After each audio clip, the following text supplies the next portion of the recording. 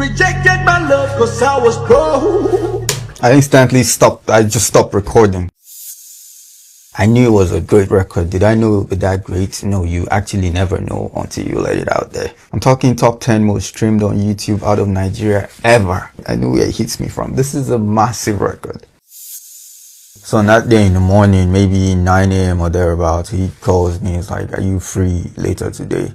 Which was weird, right? Because at this point, we've done and released about 4 or 5 songs. And he's a, are you free tomorrow by 11 type of person, very professional like that. And 11 is going to be 11. This one is spontaneous, serious, and it's probably necessary. When he called me and asked, I'm like, oh, let me get back to you in 5 minutes. So the thing is, same day, I already had a session booked with another artist. And it's someone I had worked with a couple of times, so I just hit him up. I'm like, hey, Rudeboy wants me to work with him today. Can we move our session to tomorrow? And he was understanding. He was like, oh, for sure, it's Rudeboy, come on. So I instantly text Rudeboy. I pull up to the studio, right? Then he comes through, he's like, I have an idea. So the thing with some or a lot of his hit songs is that he wakes up with them. He wakes up with the idea, or maybe he dreams them. I don't know, but he wakes up and just records something with that sleepy voice.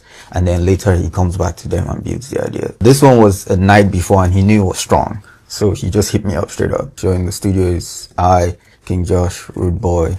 The creation starts. It was like the drums are going to be simple, but you're just going to finish it with melody. And I'm chilling there thinking, that's what I do. I didn't say it though, because I'm humble sometimes.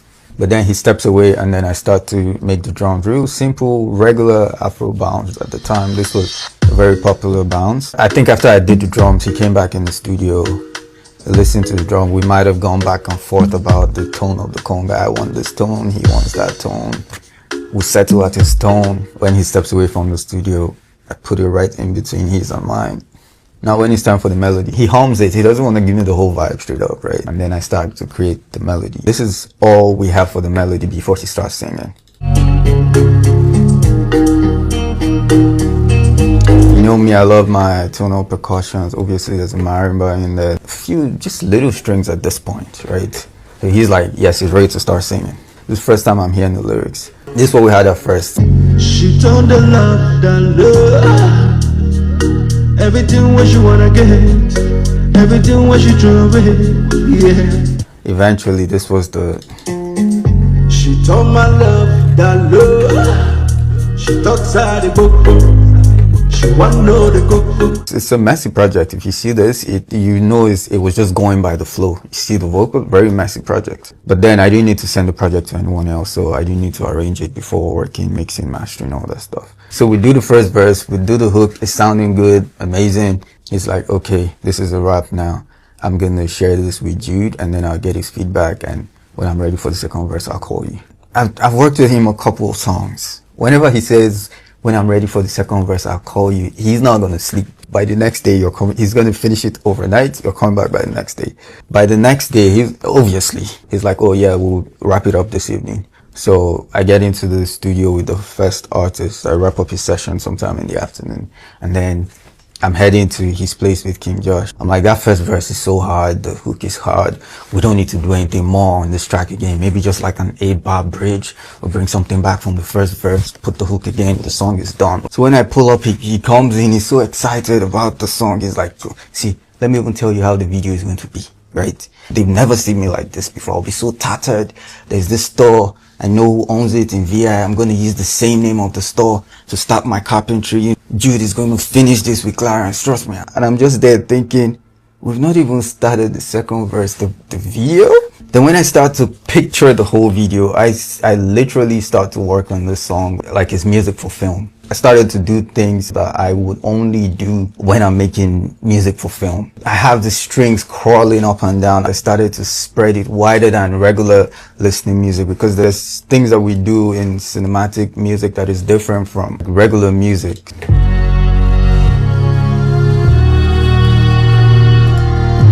But it's not. It sounds like an intro to a scene from a movie.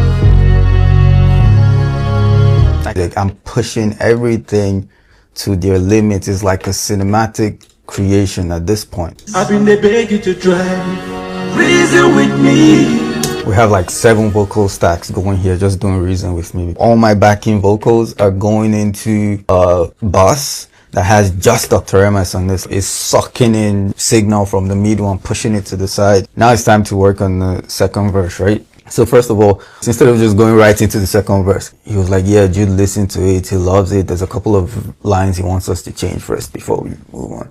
I'm like, okay, let's do that. Bear in mind, I'm already mentally stressed from the first session, right? When we finish the changes, he's on this side, I'm on the chair. I'm like, yeah, so, I mean, this thing is a rap. This first verse is hard. The hook is good. I think I'll just open 8 bars for you. So you just say something like, we'll bring in the chorus again. The song is done.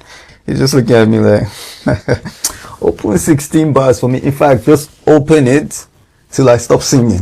But then I open it, and yo, at that second day, he was just going like he was in some type of new flow state. He just went, you see this life, no be so. I remember the month of December. When he did this part, this one blew me away. You rejected my love cause I was broke.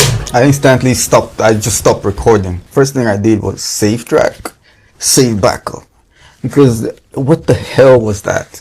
Now, bear in mind, we've done this was like the 5th song we're doing together at this point, but literally grew up listening to the P-Square Legends. So each time I'm in the studio actually capturing the vocals, it's like a surreal experience. You rejected my love cause I was broke. A couple of people thought this was some crazy vocal effect I used here. No, it was raw. In fact, I remember when I was working on the mix of this track, I had to automate the compression threshold to 0 so I could get that wave in its natural raw form, because it was just stupid beautiful. It's like, you liking it? I'm like, I love it. King Josh is like, I love it. We're giving input. At some point, Jude then comes to the studio. He's feeling it, he's giving his input. He told him at some point, say something in there that relates to you for real, so people feel the entire song like a real life experience. And then that's where he did this line. Back then in Wapalada, those days in Abuja, you will see. After we recorded the second verse, we started to do ad-libs and stuff. And then the ad-libs were going even harder. Let me play my favorite ad-lib on this track for you. I mean, you want me make a die. It's not easy for me. Wait, let me solo that thing. You need to hear it, because when I'm listening to this song, it's things like this. I don't listen to the entire song like everybody is. There's just some things that just give me ear candy. Oh, that shit messes with me. After we finish recording, then I'm mixing and mastering tracks. I'm still adding stuff, right? This was the last thing I added to the track, and when I added this, I'm like, this is a rap. People don't hear it, but that's all I hear when it comes up. It's my favorite melody on the track. Blow, say 1 for the man, 2 for the dough, 3 for the shorty. Now I don't blow, 4 for the man.